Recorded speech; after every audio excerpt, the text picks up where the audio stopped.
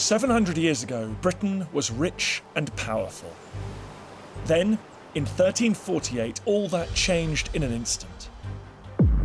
When the Black Death arrived from across the waves. This terrible plague had already swept across Europe, killing millions. Now it was about to rip into an unsuspecting Britain, with a destructive force more deadly than any invading army in history. Nothing would stop the Black Death as it swept through England's cities, towns, and villages. And across the country, bodies piled up as families and communities were ravaged by the disease.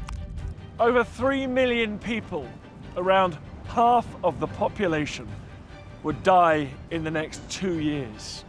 No one was safe. It attacked rich and poor indiscriminately. The country was crippled, gripped by fear. I'm Dan Snow, and over 2 programmes I'm exploring the terrifying story of how the Black Death arrived and then spread through the country, day by day, month by month. Last time, I learned how the plague was first discovered in England in June 1348 in a small Dorset town, and how it began to spread rapidly across the country. This is evidence of a catastrophe that is overwhelming this community. Now, in this second episode, I'll uncover the progress of the Black Death from New Year 1349. I'll investigate how it became a pandemic, causing devastation and terror from London all the way to York in the north. So in the space of a couple of weeks, these kids have gone from having a life of quite relative luxury to mum and dad dead. I'll discover how some people may have been more likely to catch the disease. The people who succumbed to the Black Death seem to carry a particular variant of a gene. And archaeologist Raksha Dave explores the brutal punishments meted out as the country descended into chaos. What you got right here is a whipping frame. Does it get any much worse than this then? I'm afraid it does. This is the terrifying story of the Black Death.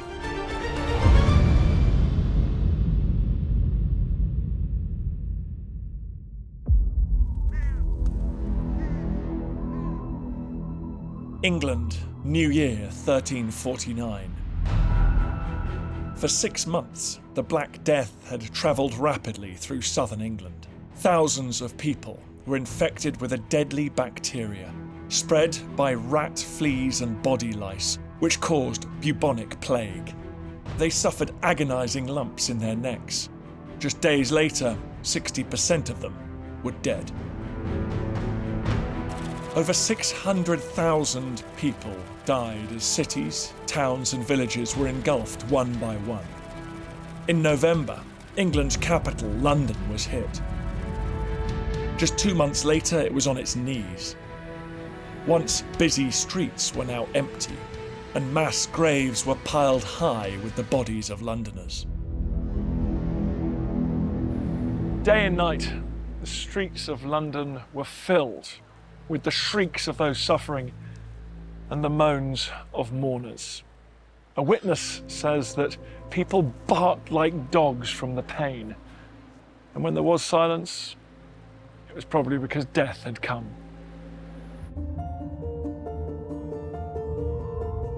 The situation was dreadful. In just 2 months, 3,500 people died across the capital. No one was safe. The disease ripped through homes indiscriminately, killing young and old, rich and poor. Even King Edward III was affected when his daughter Joan died of the plague. Britain stood on the edge of catastrophe. Something needed to be done.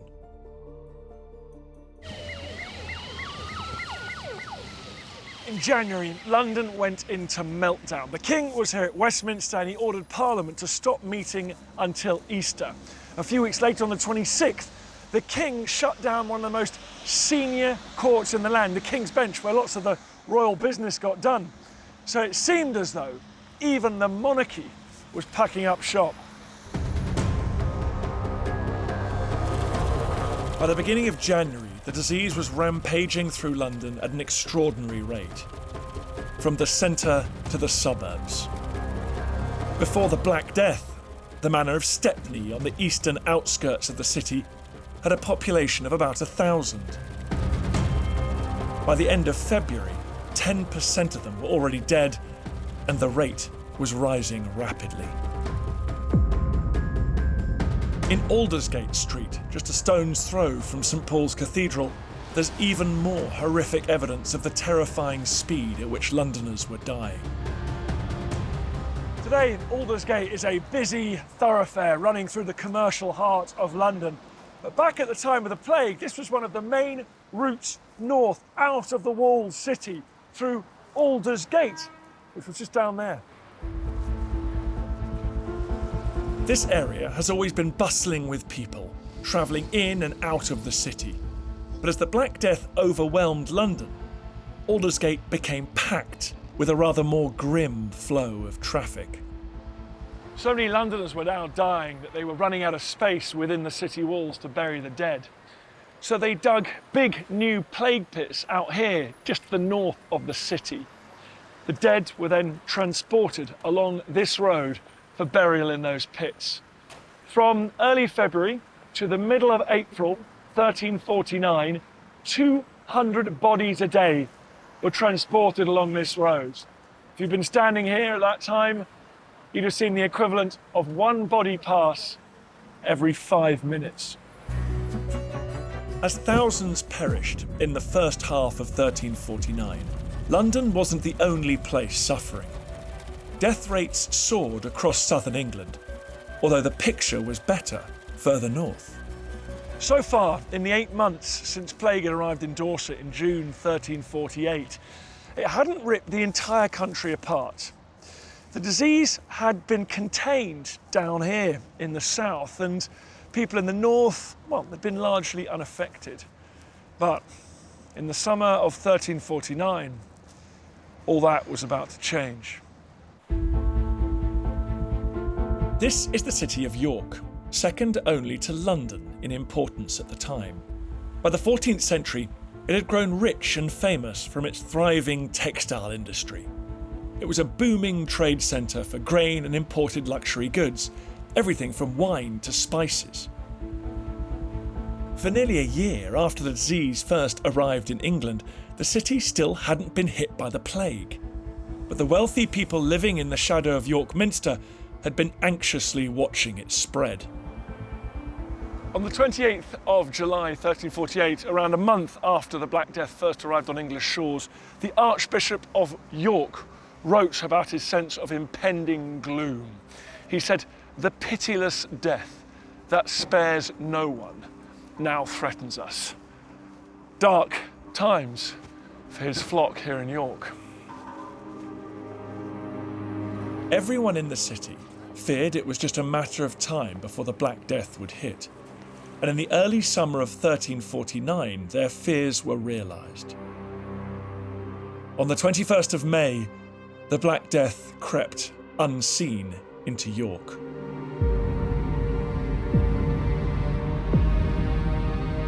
No one knows for sure how it got here. Perhaps it was rats in the bilges of the ships that carried the city's grain up the river here. We do know that this river, the Ouse, flooded, and that may have driven rats with their infected fleas up, away from the riverbank, into the city and among the population.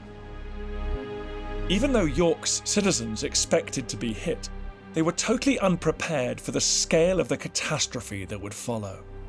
A chronicler wrote that people were terrified. They had no idea what to do. There were houses in which every single member of the household died. And news of that just meant that in future, when one person went down sick, the rest of the inhabitants would flee, thus spreading the disease even faster. In York's densely populated centre, the disease spread rapidly, consuming the city house by house, street by street. I've come into the heart of York, where 14th century roads and buildings still survive. Now they've become a rather quaint tourist destination, and no one who visits today is aware that these were once avenues of death. This narrow, historic street in York gives you a real sense of what an ideal environment it would have been for disease transmission. It's called the Shambles, which is derived from the Old English for meat market. It's basically a slaughterhouse. So you've got tightly packed human beings all pushed together, the buildings almost touching at the gables, but you've also got animals being brought in here in never-ending supply from the countryside roundabouts and being slaughtered. These gutters running red with blood. The ideal breeding ground for fleas and lice that would spread the disease throughout the population of York.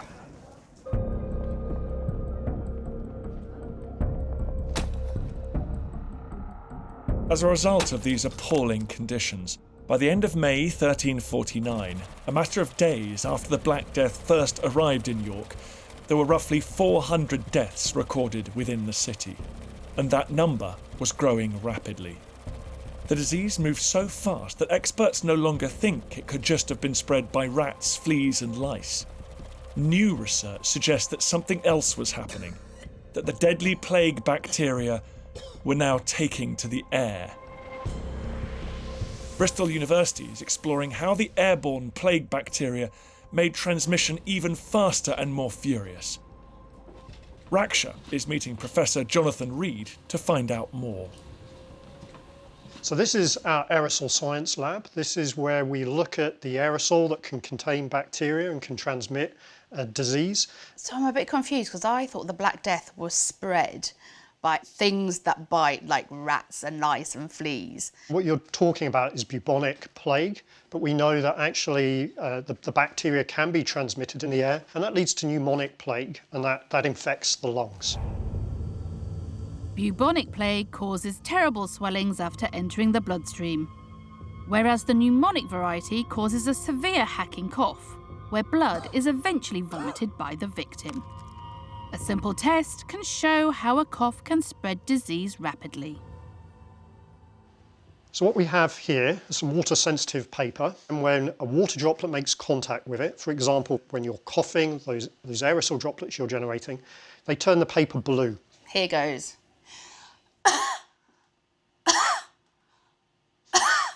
So look at that. You can begin to see the droplets appearing there. You can. And those droplets are the ones that could carry bacteria from person to person. And it's actually more than that, because not only does coughing lead to transmission, but there are other respiratory activities which can lead to transmission. By simply breathing or coughing, people were now spreading the disease, and that meant the number of people infected rose. At the time of the Black Death, neighbours were living in such close proximity that avoiding transmission would have been next to impossible. Jonathan's second experiment will show how much bacteria can be emitted when someone is speaking or coughing. Okay, so I'm going to ask Lauren to show me now the particles that you're breathing out. Okay, so this is going to be shown by the black line at the top. The particles are the aerosol droplets that we generate when we breathe, speak or cough.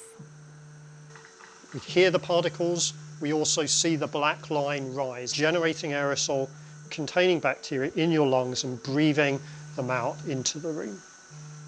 And now what I want you to do is I want you to vocalise, and we'll see how many particles you generate. Off the scale, maybe 50 to 100 times more when you vocalise than when you're just breathing. So if I was coughing and I had the Black Death and it spread in a room, what would the outcome be for the other people that were there? So if you have bubonic plague, then there's about a 50% chance that you survive.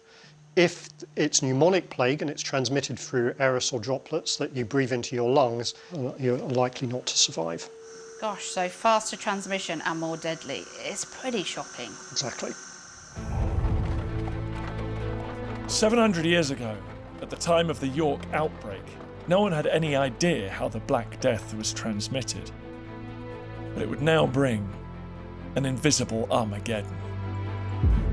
Once the Black Death became airborne, it was far more deadly. It became even more difficult to avoid those infected. Every man, woman and child in Britain was now dicing with death. Over the coming months, this deadly disease began to engulf the entire country, and no one knew when or if it would be stopped.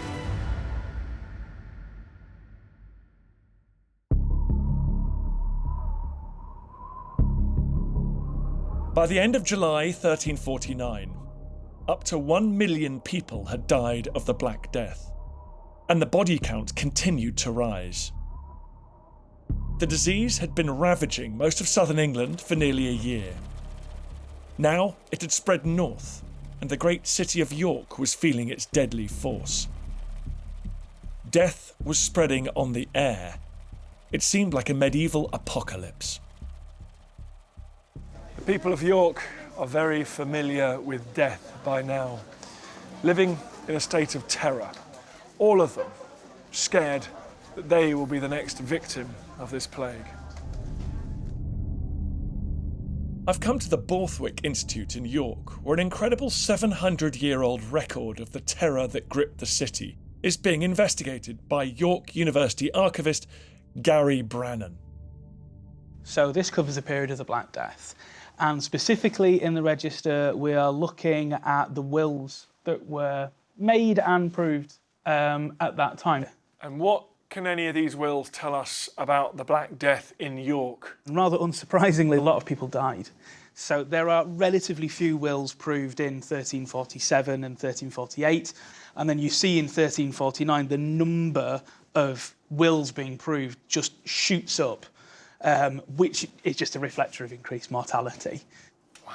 And is this one of the wills here? So this, what you can see here, is the will of a gentleman called John Tuck. John Tuck was a wealthy wine merchant by trade, with land and a small fortune, which he wanted to leave to his family in the event of his death. We can think of him as an affluent businessman, really, and a sort of mainstay of York society at the time. Yeah, definitely. This is a reasonably important guy in the community. So he makes a will as the Black Death arrives in York. He's obviously feeling a bit worried about it. Does he survive? Do we know? We do know what happened. It's on the other side, as these things often are on the back. That is the note that says the will was proved in the church courts a week later. So he didn't. These ancient documents reveal a terrible human story. John must have contracted the Black Death just days after he'd written his will, if not just before. It's quite possible he caught pneumonic plague after breathing in the deadly bacteria. He'd have developed a terrible fever and hacking cough, spitting up blood for just a few days before succumbing, like so many others in York. But I'd like to know if the documents tell us anything about the fate of John Tuck's relatives. Do we know anything about his family? Do we know anything more? We know he had a family, we know he had a wife, he had kids. There's an entry in the register a little bit further on which reveals something about what happened after he died. None of his executors, which includes his wife, came to prove the will. In fact, it was one of the witnesses, a guy called John de Wintringham, goes to prove the will. What that suggests is that his wife has also died, and that John Wintringham is applying or has taken on the tuition and the curation of these children.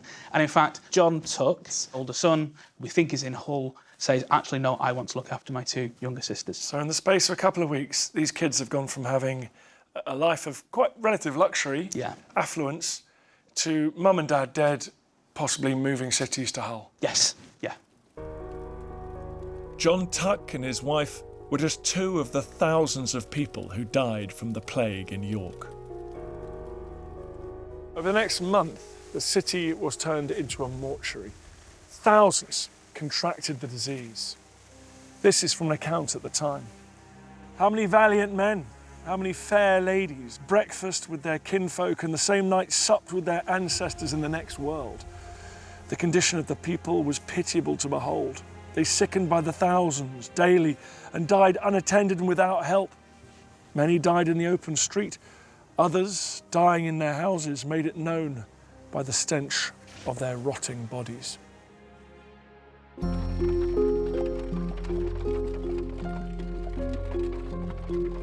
The smell of death was now everywhere. I'm meeting medieval historian Eleanor Janiger to find out how people desperately tried to protect themselves. So there's this idea of miasma, which is that bad smells or bad odors are the thing that's causing disease. And for example, that could be floating around somebody who's ill and they kind of maybe start to smell bad, something like that. But if you can block that out with something that smells sweet, like a herb, then you're in, you'll be fine. So for them, smell was the thing they really associated with plague. Yeah, absolutely. And when you think about it, it's actually really sophisticated because, you know, they know that people get sick, they know it's invisible, and so they're like, well, maybe it's the air, it smells bad, right? But one of the things that you can do is you can make yourself a nosegay using all these beautiful herbs. A nosegay? What is a nosegay? It could be like a bouquet. It's the middle of summer, get yourself some lilies, get yourself some roses, carry a bouquet in front of your nose, that'll work. Otherwise, we're making kind of like a crushed up poultice. We're gonna put it in some muslin and then we'll carry that in front of our noses. I'm ready. What do we need in here? Okay, so let's go with some cloves because it smells like Christmas. We love it. I love that. A little bit of juniper because juniper just too classic. Sage. Okay, this is the tough stuff. So we'll put that together. Okay. And then you would take your muslin, put that inside. Let me just give that a little smell. See the nosegay. Oh, it smells like health. Okay. And so now we've got one that we've made up earlier. Okay, so this is all that stuff. Inside a muslin. And you would just walk along like this? Yep, absolutely. Just block it out. So, you know, if you don't have to smell the bad air, then you're going to be protected from the plague. That's the idea. Jeez. That's amazing, isn't it? In some way, it feels like, well, it just feels so insufficient. What we now know about the deadliness of that disease, how it spreads, and this is all they had. Yeah, when you think about it, it's actually really heartbreaking because people are so desperate for something that they can do. And this is something that's available to ordinary people. They can put this together. But obviously, it's not really going to do anything. And it's such a small kind of piecemeal thing in the middle of basically unimaginable horror. Up and down the country, people tried everything to halt the disease, but it was no use. In cities like York, the disease was unstoppable. The final death toll was enormous. The great city of York had been devastated. Things almost ground to a halt. There were hardly enough bakers to make the bread or people to work the fields. And it wasn't just York. The entire country was now plunged into an economic and humanitarian catastrophe.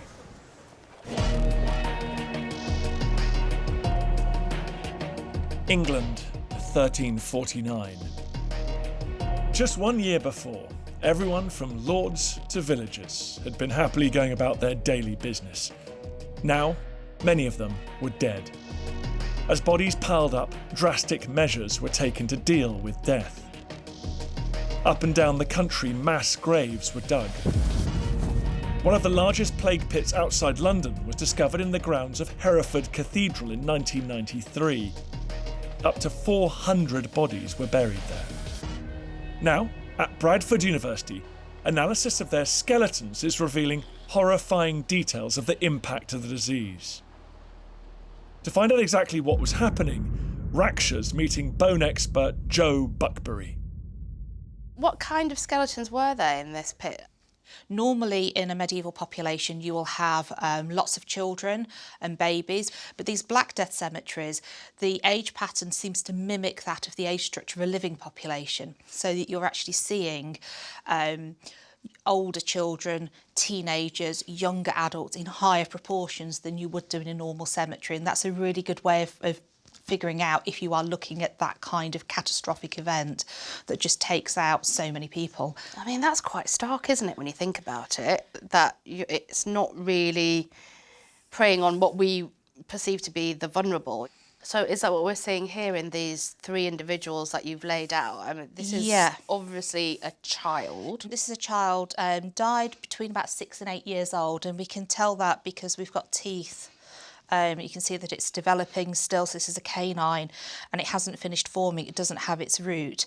So how do we know that this child died of the plague? So first of all, we've got the fact that they're buried in a mass grave. We then have radiocarbon dates, and these are securely dated to the 14th century. And so they span the first 3 waves of the plague that start in 1348. So we know that they are the right time period. And then we did some collaborative work looking at the ancient DNA, and only a small number of individuals were sampled, and those came back for Yersinia pestis, which is the pathogen thought to cause the Black Death. The balance of probabilities is that all of these individuals died of the plague. So that's an adult female. She probably died between about 20 and 25 years old. And that's really important for this sort of overall picture, because she's a woman of prime childbearing age. So not only have we lost her and her contribution to society, we've lost her potential to have more children. You can see how devastating the Black Death was, because you're just striking out those core people that you need for your society to function, your town to function.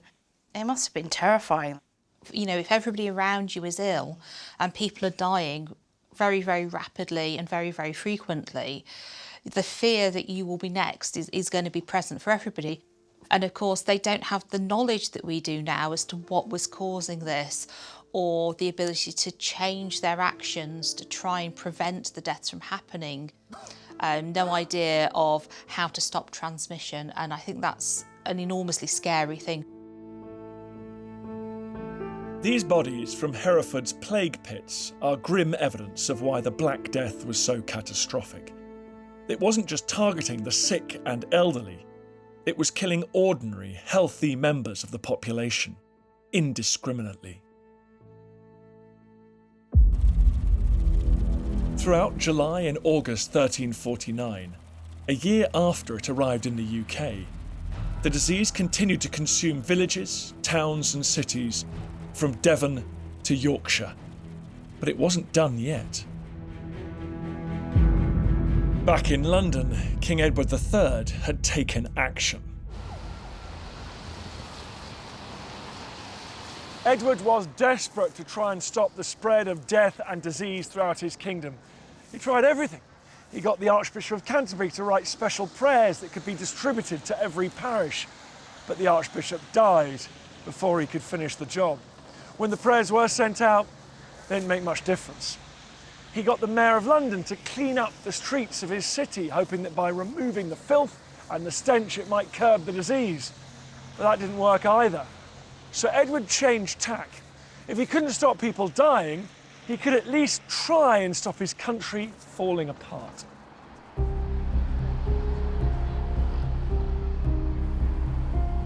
To find out how King Edward tried to get a grip, I'm heading to Borough Market to meet someone who studied the terrible situation facing the king. Historian Barney Sloane. I guess markets like this, that would have been where you could take the pulse of the nation. Yeah, so Borough Market has been here for 1,000 years. It's at the southern edge of London Bridge itself. All of that trade coming into London, and suddenly there would have been a huge jolt to that trade. So in this market, there have been fewer customers and fewer farmers and traders bringing in their goods? Fewer customers, fewer farmers and traders, and people trying to push the prices up, and Edward trying to push them down again. Edward has to act. He has to stop runaway inflation. If you imagine that there are now half the number of labourers in the land, still with the same amount of land to labour on, still with the same amount of materials to collect, then he has to say, OK, look, we've got to control prices and wages. So he creates this set of rules that says you shall not be paid any more than you were in 1346. And anybody who's 60 years old or younger has to work. And it applies to absolutely everything. He brings in rules to make sure that the lords and mayors have to follow the rules. And not only that, but the people who police it have to follow the rules as well. So it is an absolute pressure cooker on the economy.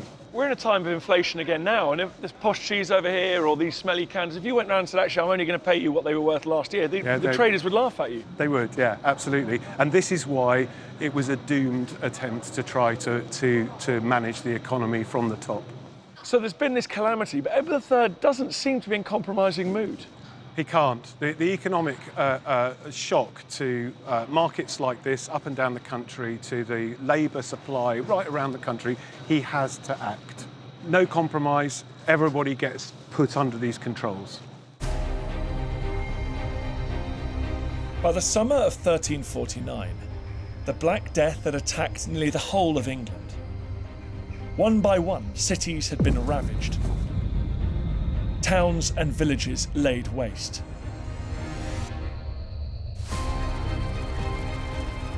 Nearly 50% of people in the major cities had died. In York, 10,000.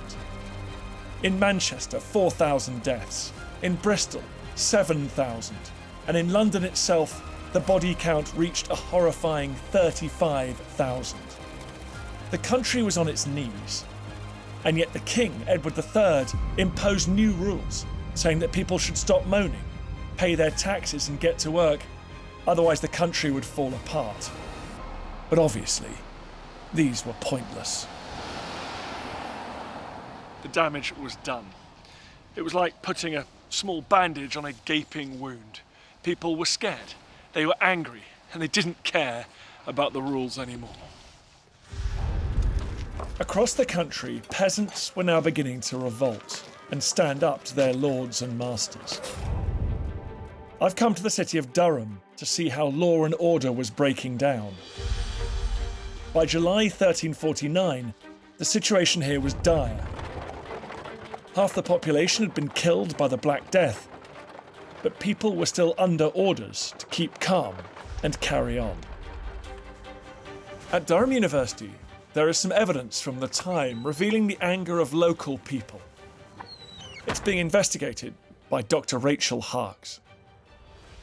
We have court records that survive right here in front of us, which record rents that were being paid for land. And even in the height, in July 1349, the courts were meeting to collect rents. That's brutal. So at the height of the pandemic, people are still coming knocking on the door saying, come on, where's the rent money? Exactly. These are being written by the steward of the Bishop of Durham. The bishop, we think of them leading prayer in the cathedral, but actually they're massive landowners. Absolutely. They're Lord Bishops. They own thousands of acres of land, and they're responsible for making sure that it's farmed.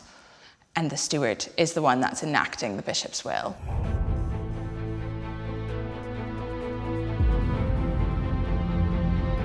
The steward at the time was Sir Thomas Grey, the bishop's right-hand man and his key advisor. It was Sir Thomas's job to visit the villages and towns of the county to collect the bishop's taxes on his behalf. But resistance was in the air. So, in July, he's going around to collect rent. And in it, he's listing who is paying for what and how much. So if we look here, early on in July, in a village called Houghton, it says, none wishes to make their rents for fear of the pestilence. Right, because if you've got any spare money during a pandemic, you think, let's maybe save it. You don't know what the future's going to hold. What else have we got here? When tenants died, then that land was transferred to new tenants within the village, sometimes against their will, and they didn't feel they had the capacity to farm it and to make their rents. So you're a kind of subsistence farmer. You then get told, by the way, you have to farm that neighbouring plot as well. You're getting no more help to do it, and we're going to charge you rent. Yes, exactly. Wow.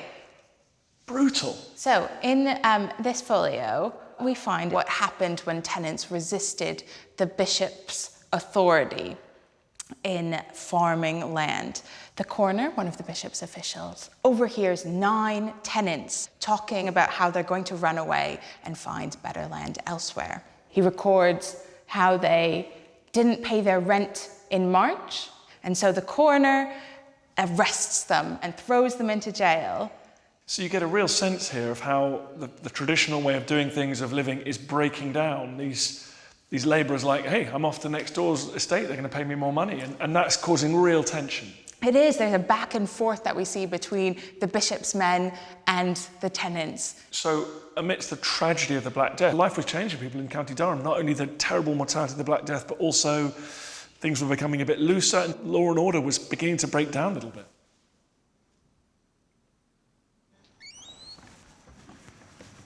Now, it doesn't sound too unreasonable to us that a peasant might not really want to pay a load of extra rent to a lord during an appalling time of disease for land that he's being forced to farm.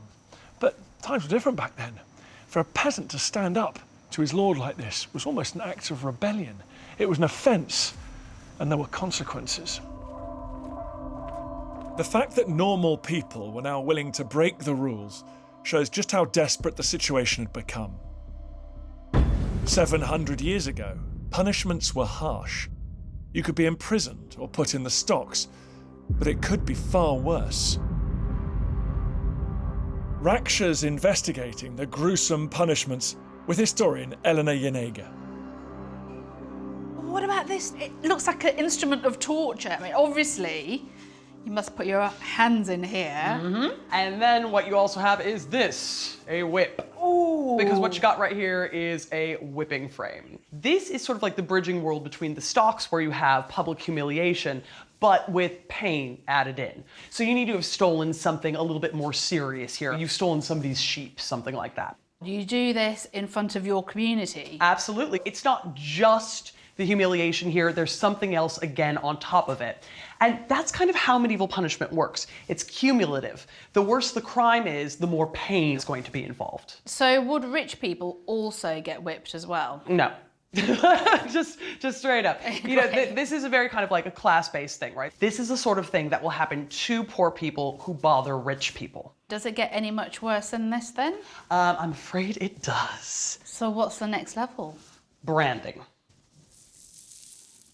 Oh, that's the sizzle and the smell of meat is quite hideous when you put it into a human context. It's supposed to be horrible. It's supposed to be horrifying. They're attempting to inflict pain, but that's not all. You'll be branded in a really prominent part of your body. Like where, for example? Your forehead. No. Your arm. Your hand, somewhere that people are going to see really often. You need to have the grossest, most viscerally horrible punishment that there is, and everyone needs to be telling stories about it. So what about crime and punishment during the Black Death? So there's kind of two things that are happening here. There's not a lot of people to catch you doing crimes during the Black Death, but if they do, they're gonna go all the way to the top really quickly and do the worst possible punishment to remind people that, in theory, there's supposed to be some semblance of law and order.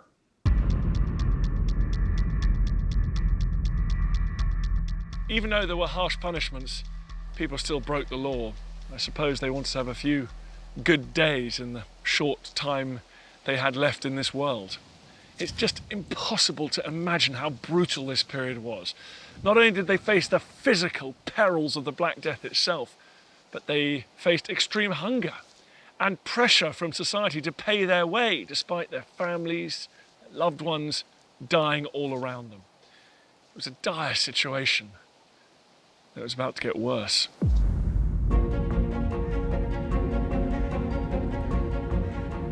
By the winter of 1349, the Black Death had laid waste to the whole country.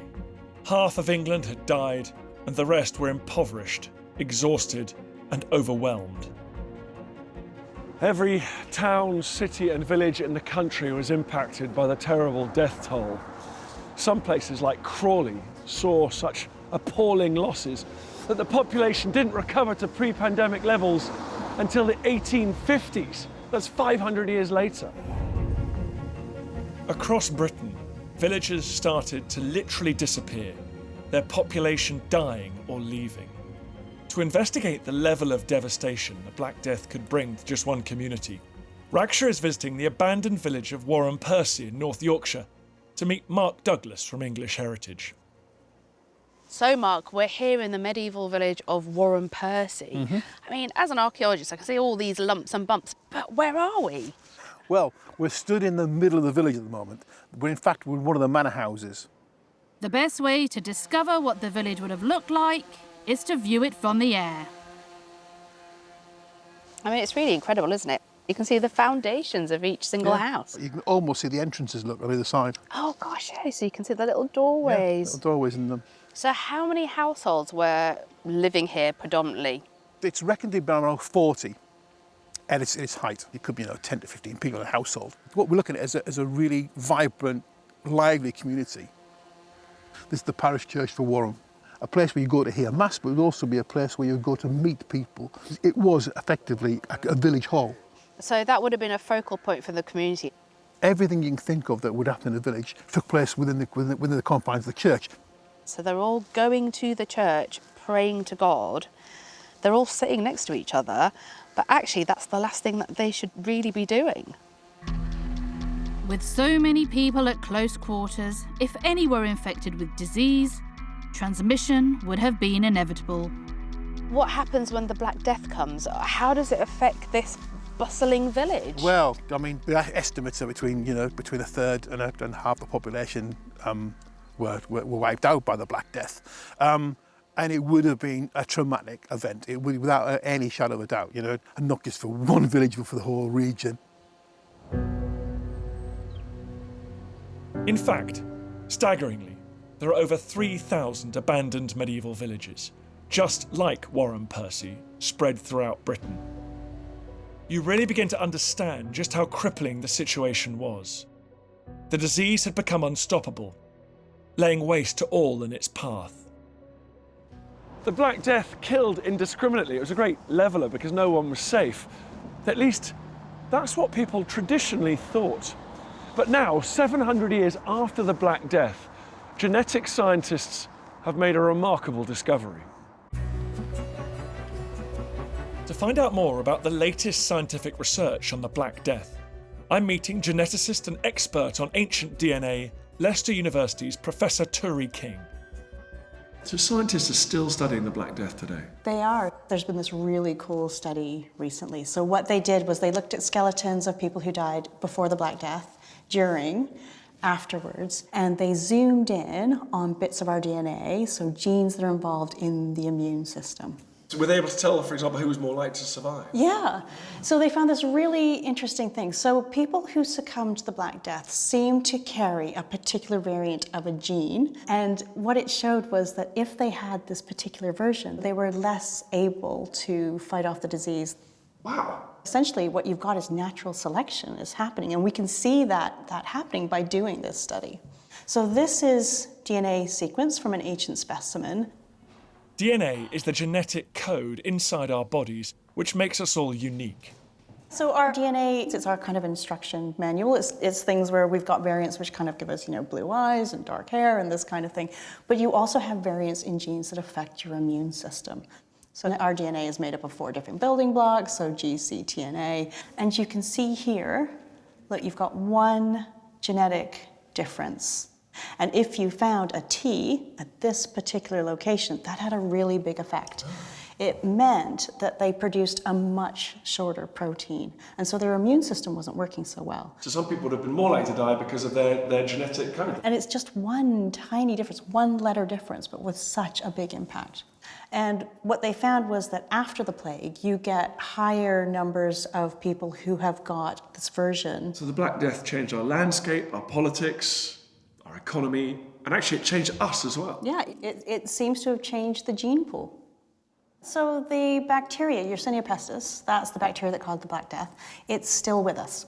It's still out there. It is still around. Do you want to have a look at it? Well, kind of. Okay, so this is an animation of Yersinia pestis, the bacteria that caused the Black Death. And the blue bits are the bacteria. They are the bacteria. The whole thing, it's still very dangerous. There was an outbreak in Madagascar relatively recently, and somebody actually died from it in California in 2020. Wow, so they're still dying? And with all the symptoms that we've recognised from 700 years ago? Yeah, oh my goodness. But I mean, we're in a good place now because we've got ways of containing it, we've got antibiotics and precautions that we can make. And the more we know about it, the more we can do things like develop vaccines against it. By the end of 1349, this tiny bacteria had caused murderous havoc across Britain, Europe, and the wider world. No corner had escaped its wrath. But then, like the miracle people had been praying for, it slowed down. Experts today are still debating what happened. Perhaps the plague killed off so many of the rats that they stopped transmitting the disease from one place to the next. Perhaps the effort to clean things up improved the cleanliness and hygiene of communities, but more likely is so many of the population died that there just simply were fewer people to pass the disease on to. Either way, it's easy to imagine that the people who survived this terrible ordeal breathed a sigh of relief.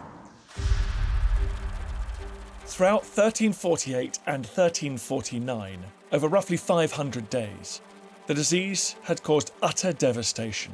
Over half the population had been infected, and up to 3 million had died. Today, that would be the equivalent to nearly 30 million people. Across the globe, up to 200 million people are thought to have perished. The Black Death is one of those few global events that really did change the world. Not only did it kill swathes of people, both here and abroad, but it changed our landscapes as places emptied and became desolate.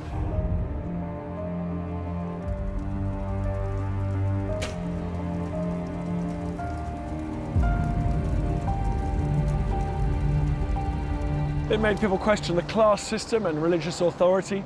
It changed us genetically to this day. And the really terrifying thing is that the bacteria is still out there. It still has the power to kill.